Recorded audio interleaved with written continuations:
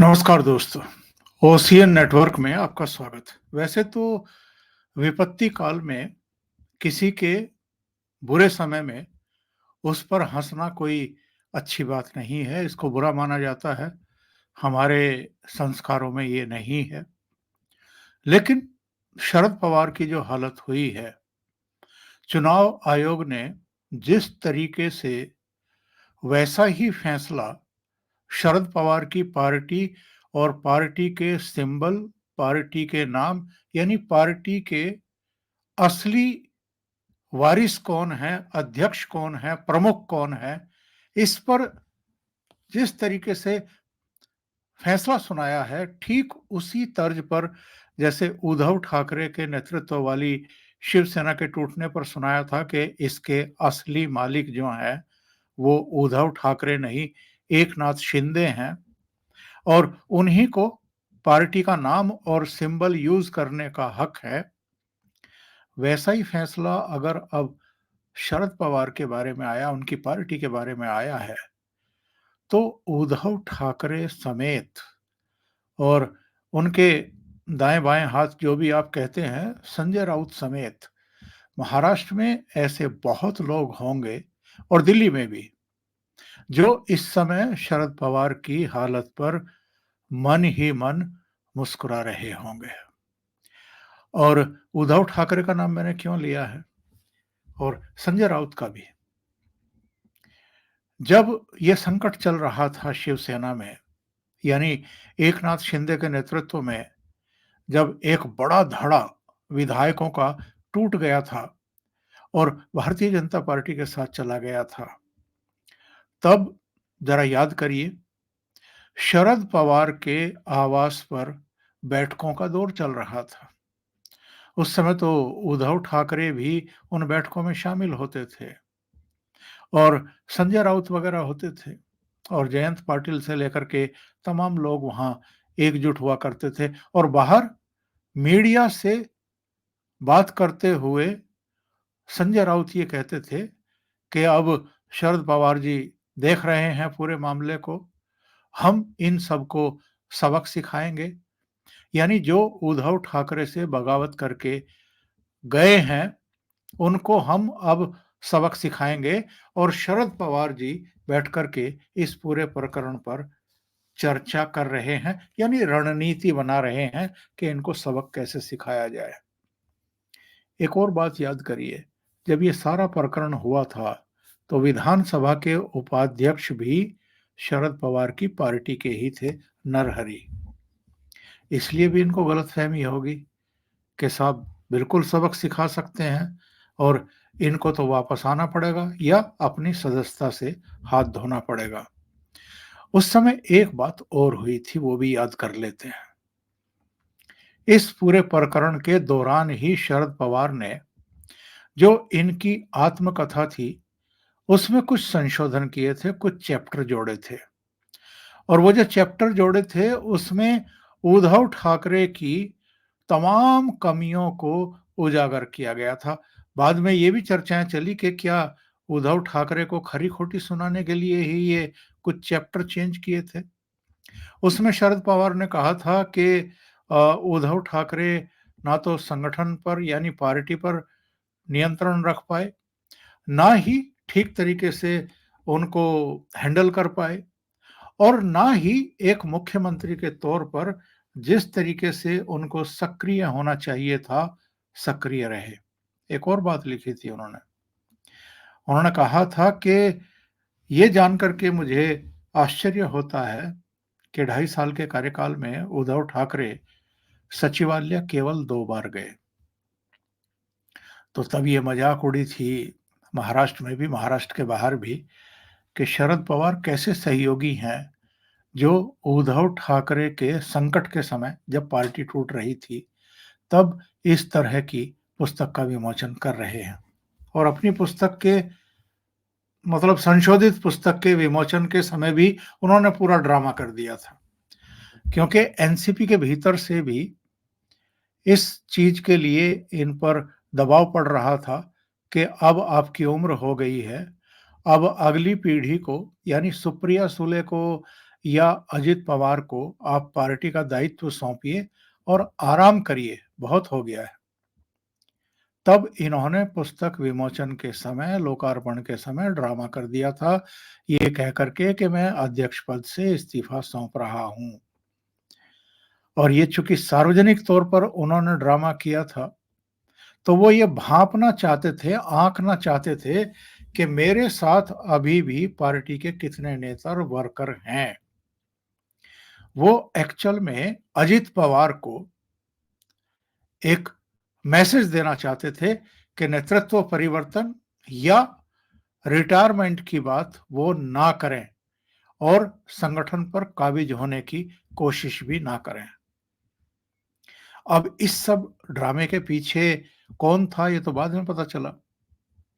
और अजित पवार ने जब पार्टी का विभाजन हुआ और वो जाकर के डिप्टी चीफ मिनिस्टर बन गए भारतीय जनता पार्टी और अ, शिवसेना नेता एकनाथ शिंदे के साथ, तब उन्होंने खुलासे किए थे कि कम से कम 5 बार ऐसे मौके आए थे जब शरद पवार ने खुद उनको कहा था कि आप जाइए और जाकर के जो है भाजपा नेतृत्व से बात करिए और समझौता करिए, यानी सौदेबाजी करिए कि हमें कितने पद मिलेंगे, कितने मंत्री पद मिलेंगे, केंद्र में कितने मंत्री पद मिलेंगे और हम भारतीय जनता पार्टी के साथ आने को तैयार हैं, जाने को तैयार हैं।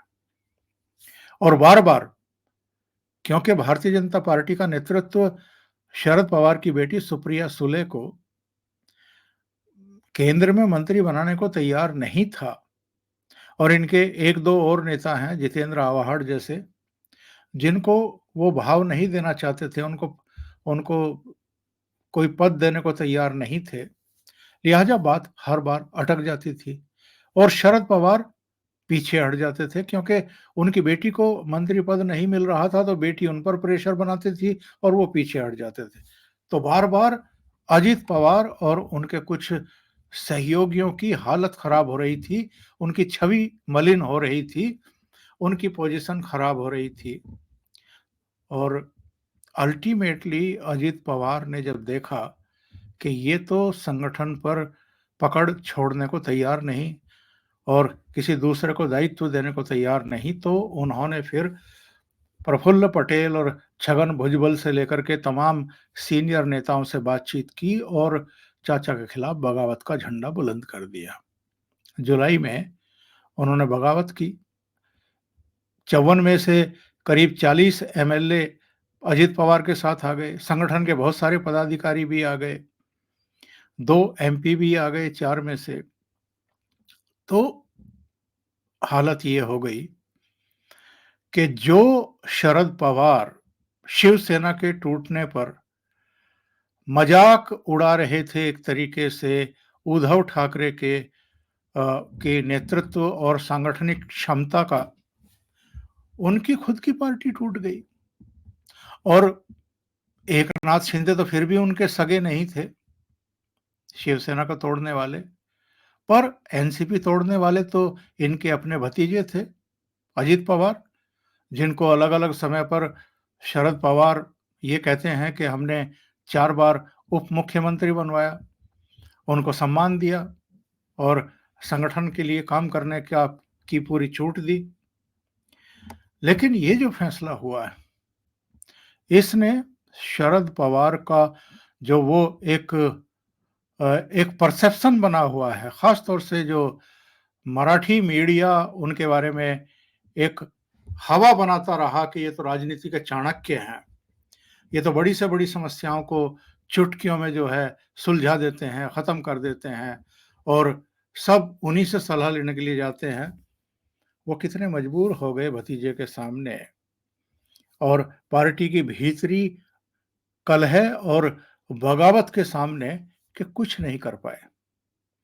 और ये तो बाद में पता लगा कि शरद पवार की इस दशा या दुर्दशा के लिए कोई और ज़िम्मेदार नहीं है, उनकी खुद की बेटी सुप्रिया सुले ही ज़िम्मेदार हैं, जिनकी महत्वाकांक्षा ये थी और शरद पवार भी चाहते थे कि अजित पवार, अब आप ज़रा सोचिए 5 बार उप मुख्यमंत्री बने हैं, कभी मुख्यमंत्री नहीं बने और एक बार तो ऐसा मौका आया था, जब विधानसभा के चुनाव में कांग्रेस और एनसीपी मिलकर के चुनाव लड़ते रहे हैं।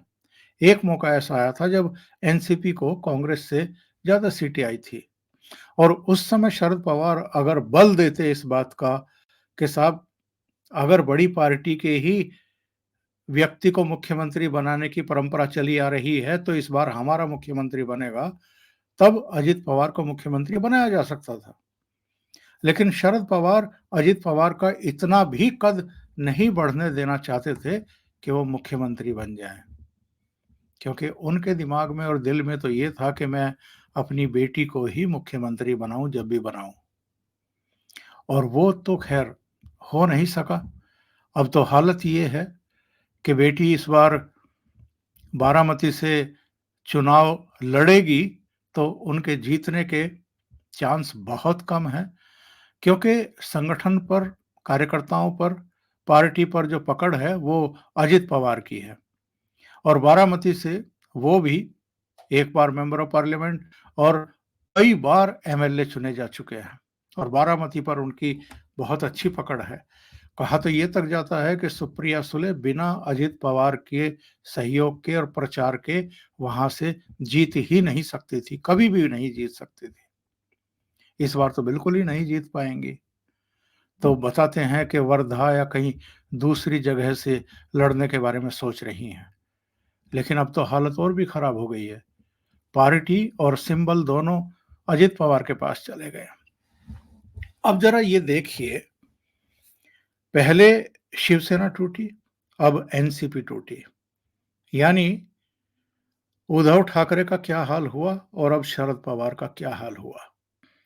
2019 अक्टूबर में इन्हीं दोनों ने मिलकर के कांग्रेस के सहयोग से जो भारतीय जनता पार्टी और शिवसेना की सरकार बनने वाली थी उसमें बाधा पैदा की थी। देवेंद्र फडणवीस के रास्ते में रोड़ा बन करके ये खड़े हो गए थे। निरंतरता में दूसरी बार मुख्यमंत्री पद की उनको शपथ नहीं लेने दी।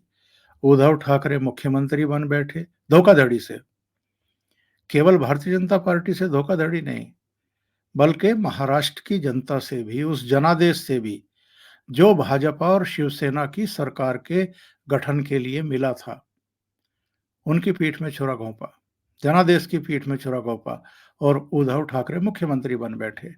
तो जो ये पूरा घटनाक्रम हुआ है, ये एक्चुअल में एक सीख देने के लिए भी है कि अगर आप जनादेश का अपमान करेंगे, अब अगर आप प्राकृतिक न्याय के विपरीत जाकर के तिकड़मबाजी से सरकार का गठन करेंगे और जिनका हक बनता है उनका हक मारेंगे, उनको रोकेंगे, तो आपके साथ क्या हो सकता है वो इन दोनों पार्टियों के नेता अब अच्छे तरीके से समझ रहे होंगे। जब शिवसेना टूटी तो शरद पवार मंद मंद मुस्कुरा रहे थे बैठ करके उद्धव ठाकरे की बेचारगी और लाचारगी पर। आज उद्धव ठाकरे मातोश्री में बैठ करके शरद पवार की बेचारगी पर और लाचारगी पर हंस रहे होंगे कि आप मुझे मूर्ख बता रहे थे, मुझे नौसिखिया बता रहे थे, अनुभवहीन बता रहे थे, आप तो चाणक्य कहलाए जाते हैं, आपने क्यों नहीं संभाल लिया अपनी पार्टी को, अपने संगठन को। एक बात और, ये जो इंडी अलायंस बना था, इंडिया अलायंस, ये किस तरीके से बिखर रहा है, किस तरीके से टूट रहा है। और अब तो बल्कि इसके अस्तित्व पर और होने पर ही बड़े सवाल खड़े हो गए हैं कि ये है क्या, अभी अस्तित्व में है, क्योंकि ममता बनर्जी अकेले लड़ने का ऐलान कर चुकी है। नीतीश कुमार जो हैं वो अब वापस भारतीय जनता पार्टी के पास जा चुके हैं। झारखंड की बात करें तो हेमंत सोरेन गिरफ्तार हो चुके हैं, जेल में हैं, ईडी की कस्टडी में है, पूछताछ हो रही है। आम आदमी पार्टी और कांग्रेस के बीच में गठबंधन हो नहीं रहा, ना पंजाब में हो रहा है, ना दिल्ली में हो रहा है। जो तीन और राज्यों के नाम ले रहे थे अरविंद केजरीवाल के जी, हरियाणा, गोवा और गुजरात में भी गठबंधन कर ले कांग्रेस हमारे साथ, वो भी नहीं हो रहा है। उत्तर प्रदेश का हाल आप देख ही रहे हैं क्या है। महाराष्ट्र में क्या हुआ है जहां से 48 सीटें आती हैं लोकसभा की, ये भी आपके सामने है। तो लोकसभा चुनाव से ठीक पहले महाराष्ट्र में जो कुछ हुआ है, इसने तो इंडी अलायंस को भी हिला दिया है भीतर से, उसके अस्तित्व पर भी सवाल खड़े कर दिए हैं और उद्धव ठाकरे के बाद अब शरद पवार को भी बहुत बड़ा झटका खुद उनके भतीजे ने ही दे दिया है। अभी के लिए इतना ही, बहुत-बहुत धन्यवाद। अगर आपको ये चैनल और इसके कंटेंट पसंद आ रहे हैं, तो लाइक करें, कमेंट करें, वीडियो को शेयर भी करें। अभी तक अगर आपने ये चैनल सब्सक्राइब नहीं किया है, तो सब्सक्राइब कर लें और साथ में लगे बेल आइकॉन को दबा दें, ताकि आगे आने वाले वीडियो और उनके नोटिफिकेशन आप तक पहुंचते रहें। बहुत-बहुत धन्यवाद। नमस्कार।